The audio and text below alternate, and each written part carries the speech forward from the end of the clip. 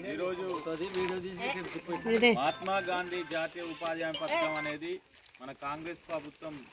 కేంద్రంలో ఉన్నప్పుడు ఈ పథకాన్ని ప్రారంభించడం జరిగింది. ఇప్పుడున్నటువంటి బీజేపీ కేంద్రంలో ఉన్నటువంటి బీజేపీ ప్రభుత్వం ఈ పథకాన్ని మహాత్మా గాంధీ జాతీయ హామీ పథకాన్ని 100 రోజులు మనం ఎప్పుడైతే వేసవి సెలవులు వస్తే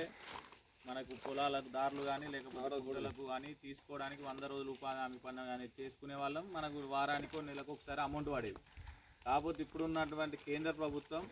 ఈ పథకాన్ని తీసేసి మొత్తం కేంద్ర ప్రభుత్వం ఆధీనంలోకి తీసుకొని మనకు 100 రోజులు చేసుకోవాల్సిన పని దినాలను తగ్గించి కేంద్రం ఎక్కడైతే సూచిస్తారో దానికి సంబంధించిన ప్లేసులలోనే పెట్టాలని ఈ పథకాన్ని పూర్తిగా తీసేసి మనలాంటి పేద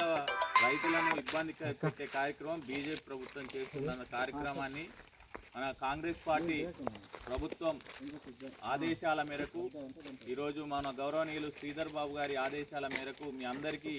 దీని గురించి వివరించడానికి మండల కాంగ్రెస్ పక్షాన ఈరోజు మేమందరం వీటికి రావడం